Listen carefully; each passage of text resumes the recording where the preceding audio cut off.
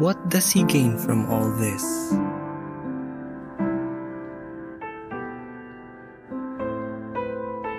He gives away his time, his money,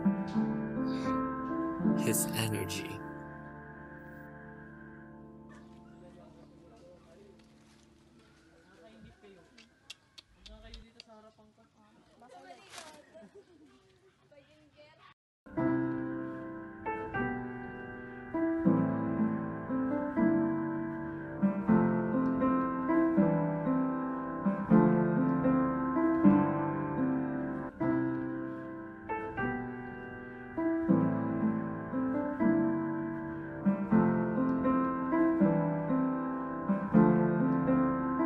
Every day he stops to help others.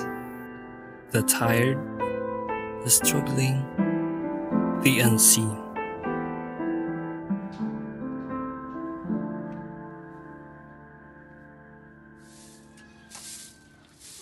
Tingnan niyo si Jeffrey, oh.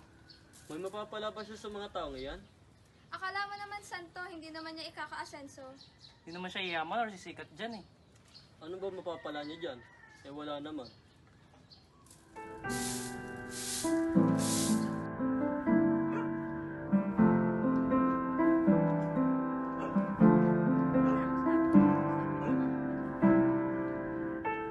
But no one claps for him. No one posts about him. No spotlight. No applause. Ano rin si Jeffrey?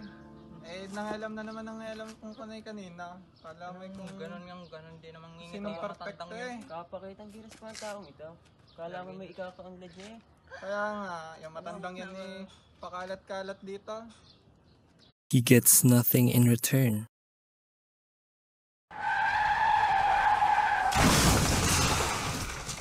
Or so it seems.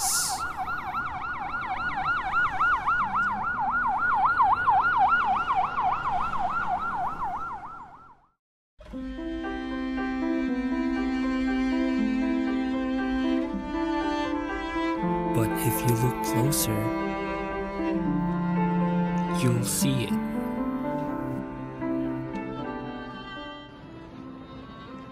Jeffrey, namumuhay pa siya. Ibang-iba ang ugali niya sa kanyang pag-uugali ngayon. Dati, makikita mo siya sa gilid ng mga kalsada nakipag-inuman kung kani-kanino o kaya naman nagbibisyo, laging naninigarilyo. Subalit pagmula noong namatay ang kanyang ina, napansin naming nagbago ang kanyang pag-uugali.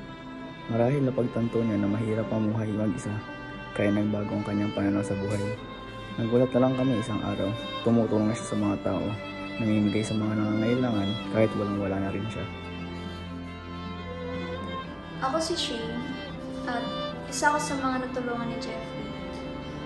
Isa din ako sa mga naging saksi niya sa kanyang mga pagbabago, simula nung namatay ang kanyang ina. At sa kanyang mga huling sandali, inoffer ko ang aming tahanan sa kanyang mga kamag-anak dahil malaki talaga ang utang na loob ko sa kanya.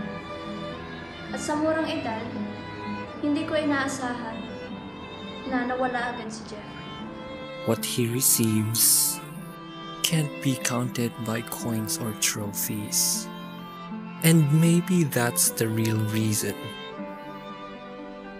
that in helping others, we come to understand ourselves.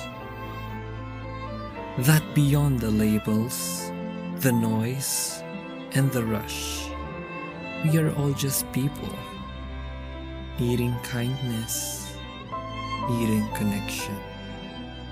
He learns that fulfillment doesn't come from taking, but from giving.